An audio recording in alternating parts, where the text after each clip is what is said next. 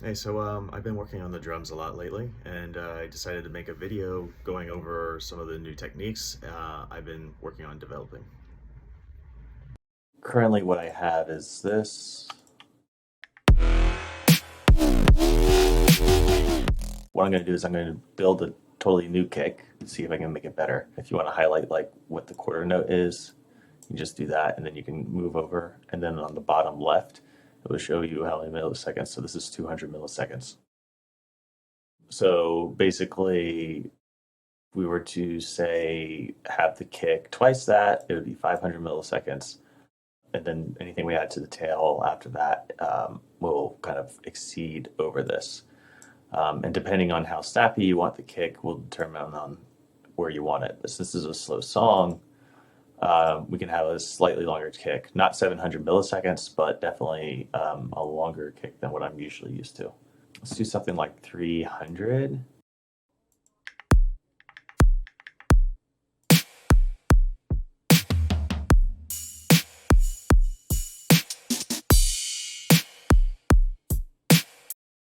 The key is also an E, so we could tune most of this to E.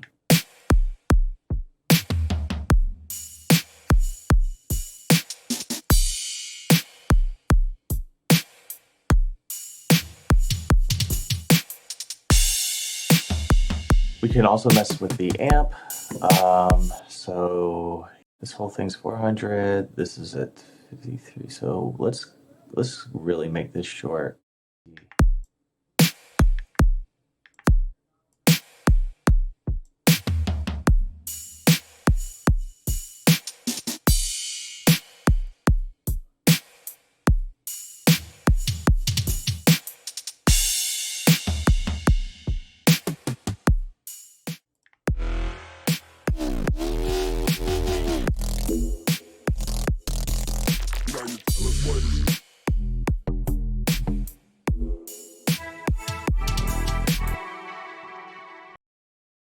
So when mixing when you're thinking about the tail and the kick, you also have to think of sort of making sure that there's more consistency with your subs. So here, if we just started from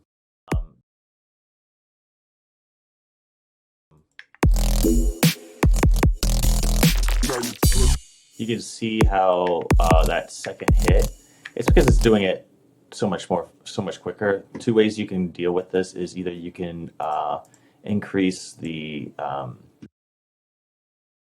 threshold or the release time on the sidechain, or you can alter the size of the kick. But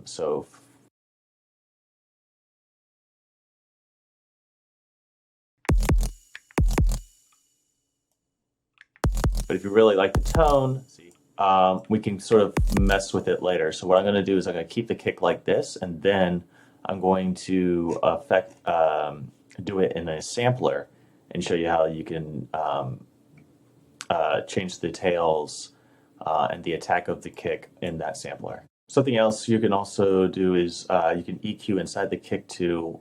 There's also different clicks you can add to layer onto the kick. Solo the kick.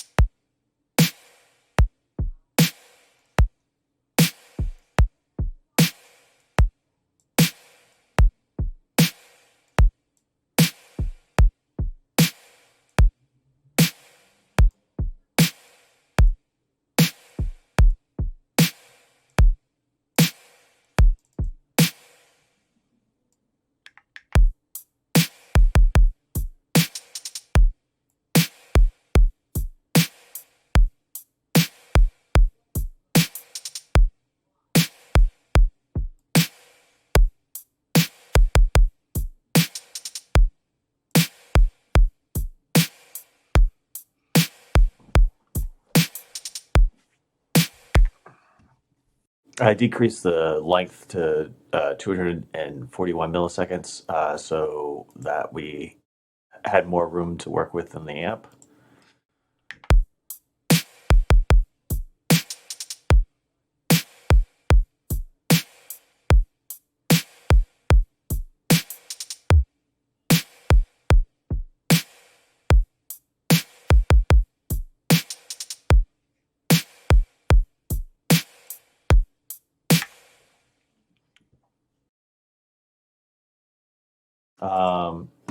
You can then render this out by generating it here, and then you can just click and drag it into an audio rack or audio clip.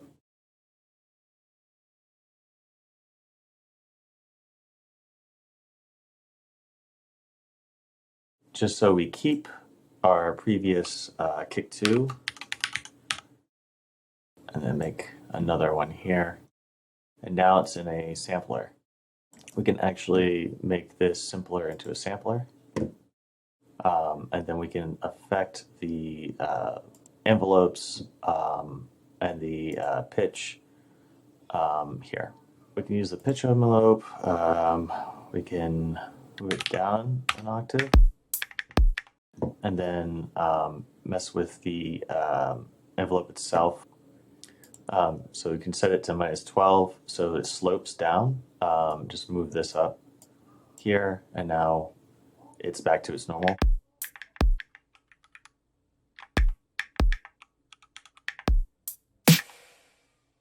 Tech is moving this piece right here, and the decay is moving this. The sustain is going to move this up like that. Yeah, okay. Let's move the sustain up. Move back the decay. Maybe kill.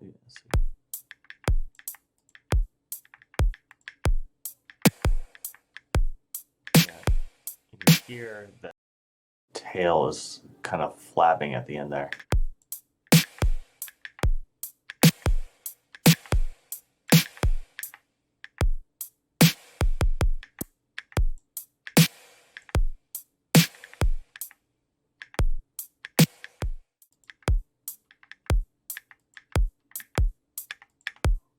Forgot to mention also this volume is set to -12. Whenever you pull a sample into the sampler, it automatically puts it at -12. So if you just put this back to 0. There we go. You also have to set the velocity down to 0%. Completely messes up the sample. So anytime you put like a kick or really any sample into a sampler, just make sure the volume is at 0 and the velocity is at 0%. Much better.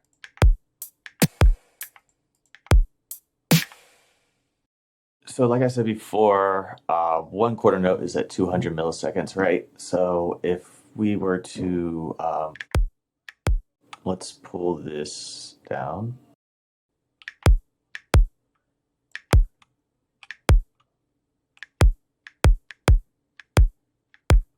So if we put the attack to 80 and the decay around 120, we're looking around 200 milliseconds.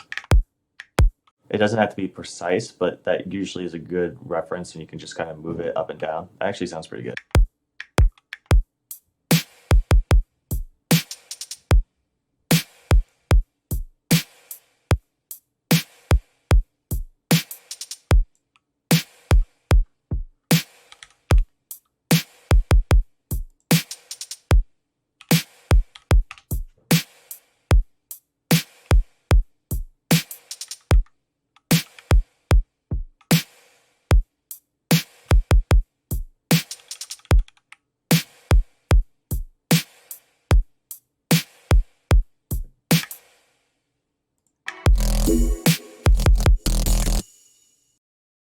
Now let's do it with the bass bus and the drum bus and bring out the EQ on the master.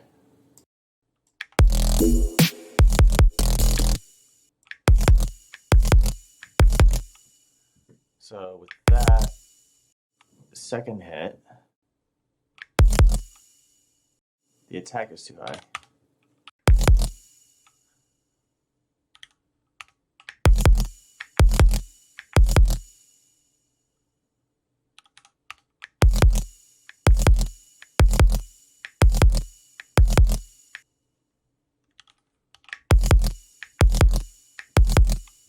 that looks a lot better. Let's add the decay and see if that changes.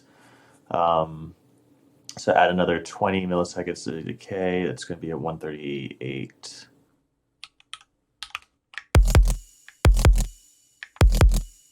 Almost. A little bit less. 130.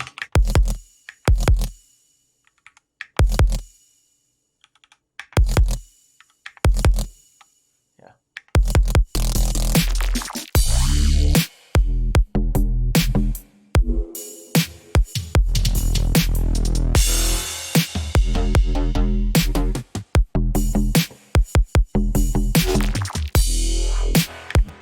So 60 milliseconds, 137 milliseconds seem to work. That was definitely a lot more consistent.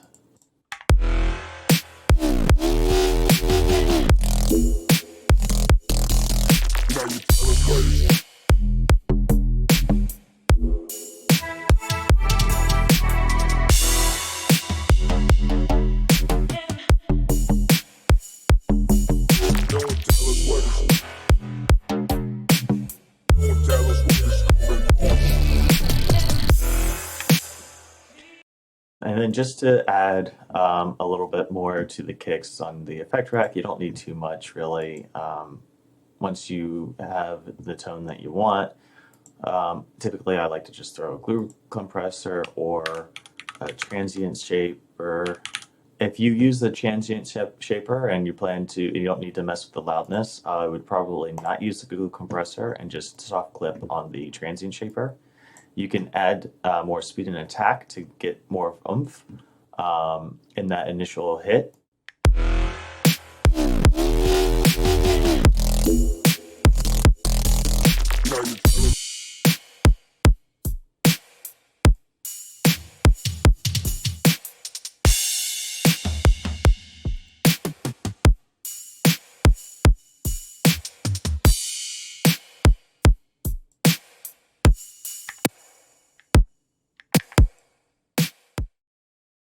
Another little thing I like to do is just do a little dip.